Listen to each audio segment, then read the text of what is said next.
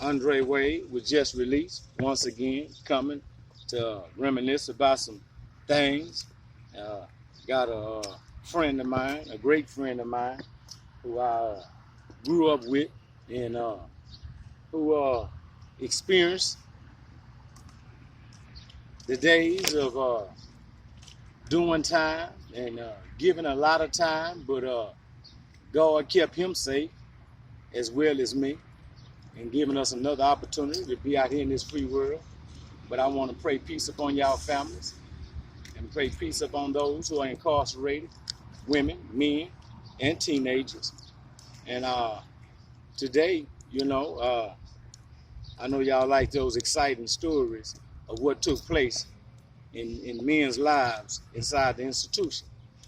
And today I got with me one of my great homeboys who I grew up with, like I say, which is Elwood Pete. But I'm going to allow him to introduce himself and give you a little something about what took place in his life and how and what changed him as a man and as a spiritual man. Hey, how y'all doing there, fam? First of all, let me tell you something. My name is Edward Pete. And yes, I've did a lot of time. 3 times up in that system. I myself watched the system change from black and white TVs, from coupons that was known to be supposed to be commissary paper. We had 5 cent nickels and dimes and stuff, and we used to work up in the system. I worked with the billy tenants. I lived among the billy tenants. The billy tenants inmates was the ones who placed us in position. Only thing the lawman had to do was basically just sit on his butt like he's doing that today. There's so much privileges that we didn't have that they got today. And that's what's wrong with society and the inside of the system right now.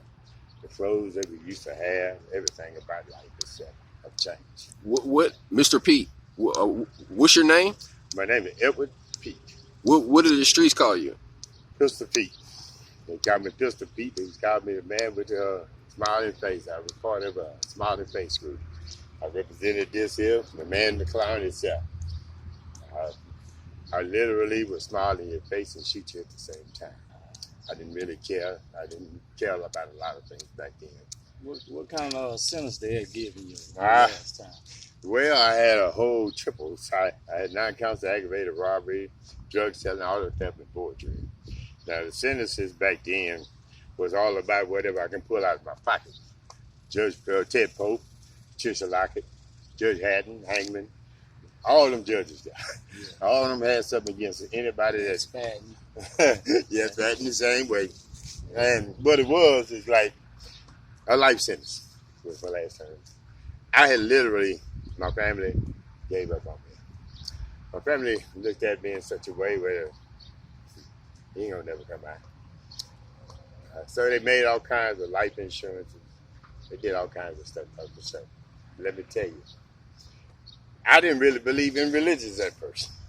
I didn't think God really existed in the motherfucking world today.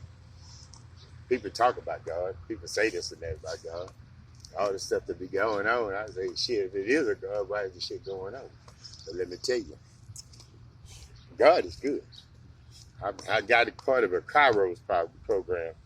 The JC boys back then was known as, the Christian little boys that used to come into the system and help out.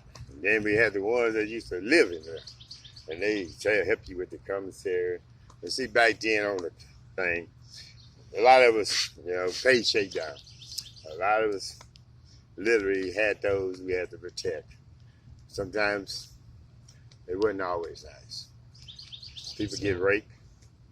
So when you had got that sentence, what year that was? Oh, Lord. It was 82. Was it 82? And how much time 83, 84. I did 25 years day for day in that system. I was on Vito 1, East Ham, Ellis, Cofield, Burnley, Aberdeen Hughes unit, Michael's unit. I was on Darrington. I was on Pack. Shit, they had me in Ramsey one time, but they shipped me because of my relationship. My relationship of dealing with the lifestyle I had lived once before. It was all about watching your back. So I got caught up into a game of chess. And chess is what gave me the righteous way of living. Meaning that I may be the king, but I need a queen. I may have a queen, but I also needed a home that I can call my castle. But I also needed something to ride with. And as I ride my nights, I also looked at the little ones that was looking at me. My pawns was a lot of people that was out here that I didn't really pay no attention to that was looking at me. I mean, I wasn't a good example on how to live what's right. I can talk good. Oh, Lord, now I can talk good. But living like the way I was living, I wasn't worth this shit. I wasn't really worth this shit. So Excuse my basically, French. so basically, you went through some hard times, and you seen some hard times inside the institution. Yeah, when people would get raped, we used to have things where our doors would come open. We put these little old things up. See, the bar comes down on the old jailhouse. Old jails, prison and stuff, we got the bars that slide down and lock in. But see, if you slide that little razor blade into that joker, boy, that bar don't come down, you open your door anytime you want to. Jack in the door. And boy, you talking about when it came down to eating or making your spread, we stop us and clean our toilet real good. Stuff that toilet in there, make our little hot water bowls and stuff. But we used to eat from the toilet. Yeah. We not only ate from the toilet, because your ass ain't fit to just shit, just to be shitting in my damn shitting in our toilet. Not only that, we had a lot of other things that was going on. When it came time to lighting cigarettes for Bud Earn, see, they used to give out that little packs. Yeah, they them yellow for Run Johnny Run. Yeah. Then they get the blue ones, they get the pouches, they get the little rag bags. And then all of a sudden the system stopped. They didn't give none of that much. Everybody wants to start making a way of making what they say, calling home to mama. Because see, back then, it wasn't about the choice of clothes. When you go to lockup, it wasn't about the choice of having enough food. We got half portion back then when we went to lockup. We didn't make commissary that much, but it's a privilege. So Pistol Pete, you served 25 years out of a life sentence. Mm-hmm. Got it turned down from the law library. I advise you, anybody really believe that it's just a simple, small chance that you can make something change, take the advantage. Take the opportunity, not just the advantage of it. Take the opportunity. How much time did you spend in the law library? Law library, I spent, ooh, Lordy. I would say we don't give you that damn much. They give you about an hour at the most. And then at the same time, you got to go back to cell. And a lot of times we get our books, we check the books out and bring them back. Or they come pick them up. It all depends on the sex. Because I was accused. This is when you was like the surrogate. This is when you I went into SEG. I went into SEG because my celly neck was cut. They thought I cut his neck. By they thinking that I cut his neck, I had to suffer the consequences by going into SEG. Stayed 7 years in SEG. SEG is like the description of it, same size as your average bathroom. Yeah. And you by yourself. And you're sleeping on an iron bunk. You didn't really know at all when your thing was coming. I learned, some people say I'm prison institutionalized, because I'm able to hear the sounds when somebody coming. I'm able to listen. My senses became very strong. I can hear certain things. I can see certain things. Shadows on the wall makes me so paranoid that I know shadows don't lie. If something walking by me, I'm going to look at the shadow of the ground. I'm going to look at the shadow of the wall. I'm looking at everything because I know something ain't so dangerous at that time that your senses had to be aware because of your dangerous of surroundings, right? Very true. And then you got to understand something else. Not just that. You locked up in a cage with 150 people inside of a small day room. The day room wasn't no bigger than an average front room, a living room. Yeah. So that's 150 inmates in one little room. That's before they expanded the day rooms. Yeah, that's before they did a whole lot of things to the day room. You know, it's just that back then it was about wooden benches. You can break them benches and stab somebody. You do on Ferguson. Yeah, I was on Ferguson. Go on. Yeah, snatch those benches and loose. Yeah, I was. They don't have wooden benches no more. They have steel benches. They got them steel benches. Yeah. And they also got plastic cars. Then y'all got flat screen TVs now. Oh, you talking about how life changed? The Johnny Sacks even changed now. I used to love my little Johnny Sack, but now, shit, I even love it back. I wouldn't mind going back to prison sometime. Man, I heard about the chicken they got in there now. They got chicken patties going on. I believe they fed better back then than they do now. Now back then, see, we grew, whenever we grew out there in the field, we grew and we Yeah. ate Yeah. from the unit itself. Yeah. Now, nowadays, we pick whatever we pick, goes to some fucking warehouse. Not only to the warehouse, it goes for that. And then it come back to us. Yeah.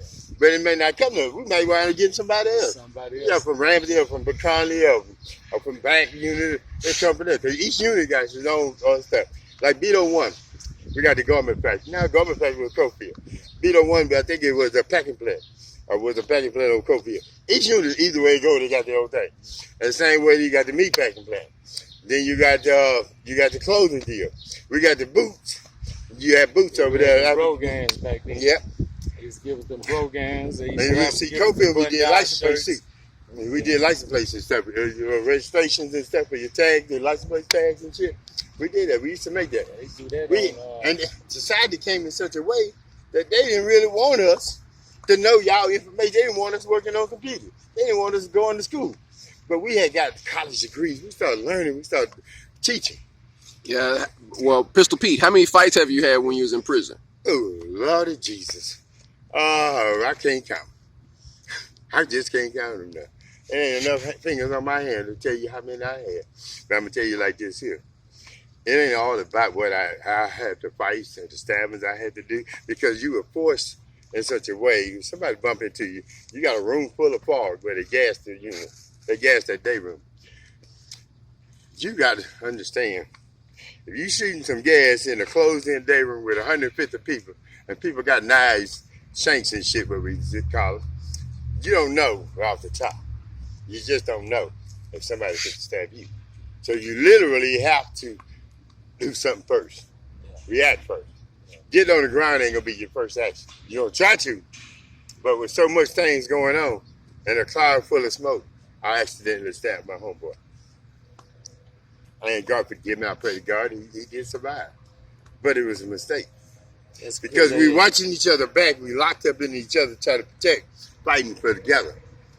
Then it wind up in. Then we got this gang thing start coming in now. Yeah, because All they didn't have the relations. gangs back in the 80s.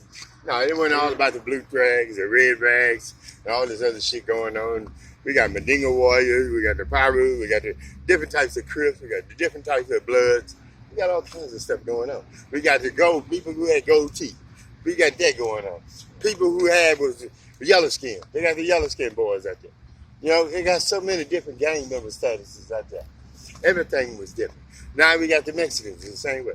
Now the Mexicans are over divided. You got the Houstonian, HT, but you got the Mexicans with the ISIS. yeah. You got all kinds of Congo blacks. Man, look at here. There's one thing about it and two things for sure. Eventually things come to a head. But when you're living in there, the only head you come to is the head of a graveyard stone. Because if you don't have nobody out there to really love you, and you ain't trying to do something right, now it's been hurting me every day since I've been out here. To change my life, to get into this so-called God lifestyle, because my life really started changing. I started believing in God. Really started trusting Him. I slept in my own damn daddy's neighborhood. Right here up at the park area, up on the bench. I slept there for 3 months straight. My daddy lived right down the street. But let me tell you how this goes. If it wasn't my instinct of survival, because we all learn on how to do something right. We all learn how to communicate. We all learn how to survive. You know, it's ironic that you would say that, because when I was doing my time, you know, that was my third time after giving that 45 years, and before that, I was, you know, on the old units, and you seen the women, but the women didn't work on the pods. They worked in the hallways. I was on Ferguson, and it was dangerous, because I remember when these guys escaped, and they had a female in the outside tower, and she could have shot her, but she didn't shoot her. She let them go. You know what I'm saying? But when the females came, the system started changing, because before that it was all male officers working the pods, working the tanks, working everything. So you had a lot of tension in the air. You know what I'm saying? Men getting raped. But when the women started coming, things started changing. But then, tension still was in there because inmates was fighting over women officers. They was fighting over women officers. Okay, in this world, and that type of my experience of living among that there, is that the women could never even make it to the hallway. The first thing that they had them doing wasn't up at the front office. Yeah. They couldn't. They better not ever do that. But then they wind up doing it. We thought we'd never get that. I thought I'd never I'd be able to see a telephone put on the inside of the damn a cell block. Yeah. Man, we got telephones in there. They got that flat screen TV and back to them Johnny sacks. Man, I like the food loaves too.